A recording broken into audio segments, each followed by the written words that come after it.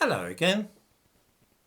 A few months ago, I read an amusing piece about the University of Kent, which is making all new students do a quiz so that they can identify their white privilege, if they are white.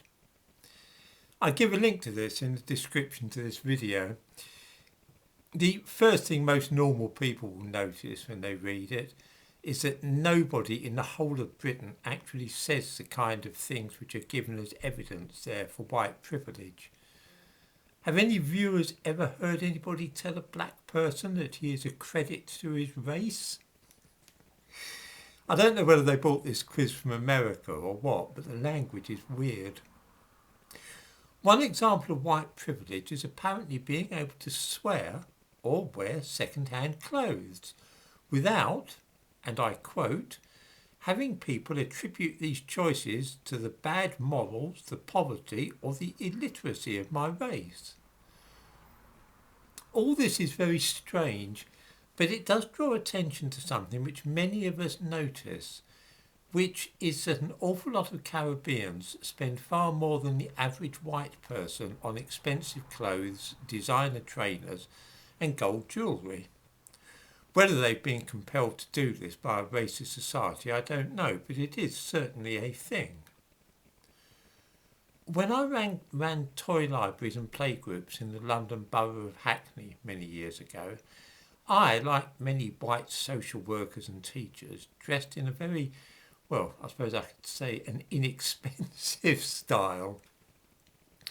I bought clothes from charity shops, or when I couldn't get them from charity shops, from cheap places like Pollard's, Peacocks, Woolworths, whatever.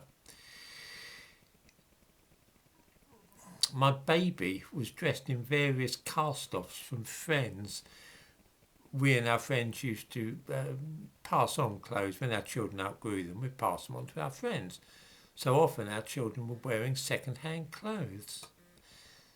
One result of this was that the social workers looked like walking advertisements for Oxfam shops, while their black clients always seemed to be wearing the latest trainers and be weighed down with enormous bits of gold. Their babies were always clad in the most expensive clothes too, and even the toddlers seemed to have designer footwear. This was an especially Caribbean thing. Visiting the homes of Caribbeans, which was part of my work at one time, was also interesting because they often had up-to-date and expensive televisions and stereos, that sort of thing, the latest in consumer durable goods. There was, however, one thing nearly always missing from their homes, and this was books.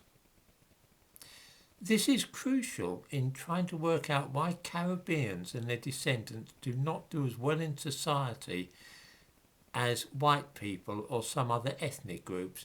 And when I say don't do as well, I mean don't do as well. They don't get into as many professions. Their incomes tend to be lower than white people. They don't seem to thrive the way, say, that Indian Hindus do. I might have skimped on clothes for my daughter and bought cheap stuff for her from Woolworths, but the house was overflowing with books. Most were from charity shops and cost only £1 or two. She grew up knowing that books and reading were an integral part of normal everyday life. I used to read the newspaper, The Telegraph, while I was giving her a bottle when she was a baby. And she used to stare at the print and then look at my face and then back at the print, because as a baby she knew that something was going on. She knew I was doing something, but she couldn't quite figure out what it was. I mean, that was her first experience. You might say that she learnt about reading with her first bottles of milk. It was something that she knew that was important to her parents. And she would see the books lying around as well, and she knew that reading was something that people did. I mention this because of the link between future academic success, high income, and the number of books in a child's home as he or she grows up. This is the single most important indicator of success in later life. as a number of studies have shown, children who grow up in houses with at least 80 books tend to do much better academically and also to earn more in later life. This effect is much greater than things like social class, ethnicity, parental education, income and so on. I'll give a link in the description to this video to one article about this, but there's a number of studies being done. If you Google it, you'll soon come up with information on this subject. In other words, the fact that my daughter is not struggling financially as an adult is almost certainly due in part to the fact that she has very good academic qualifications, and this in turn was greatly affected by growing up in a house full of books and seeing her parents read. We might have been a very shabby family, but we certainly had lots of books. I've noticed the same effect with friends who also spent more on books than they did expensive trainers for their children. The ones whose houses were full of books, the children tended to get on, do very well academically, and have now bought their own houses or flats. This then is one of the things which might provide a clue as to why black Caribbeans tend to earn less as adults and are more likely to be in debt and less likely to own their own houses. It is something handed down across the generations. The children of middle-class white families succeed academically and therefore earn more as adults because their parents value learning and books. The children of many Caribbean families, on the other hand, seem to value expensive clothes, but all too often have no books in the home.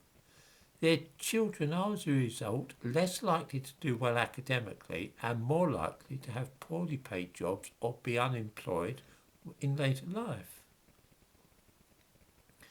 This is quite an interesting topic, and I'm going to explore this further in another video, because one of the things which I have also noticed is that areas where a lot of black people live do tend to have more jewellery shops than well-to-do middle-class areas.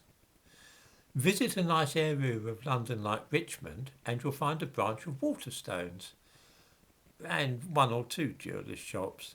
Go to Tottenham though, you'll find no bookshop but loads of shops selling ostentatious gold jewellery. Many young Caribbeans grow up a good deal more concerned with having flashy gold about their persons and boxed fresh trainers at £200 a pair than they do going to a bookshop or trawling charity shops for books. Of course, there are many exceptions to these general trends, but it's certainly possible to identify some ways that poverty can be passed down through families, and having no books in the home is one of them. Whether at GCSE or A-levels, children from Caribbean homes tend to underachieve, and although poverty is often cited as a reason for this failure, nobody seems too keen to delve deeply into what it is that causes Caribbean families to stagnate economically from generation to generation. We have all seen or heard of Indians coming to Britain with only the clothes on their back and then becoming millionaires, but this doesn't happen to Caribbeans. Until we face squarely the reasons for this, there's little chance that matters will improve.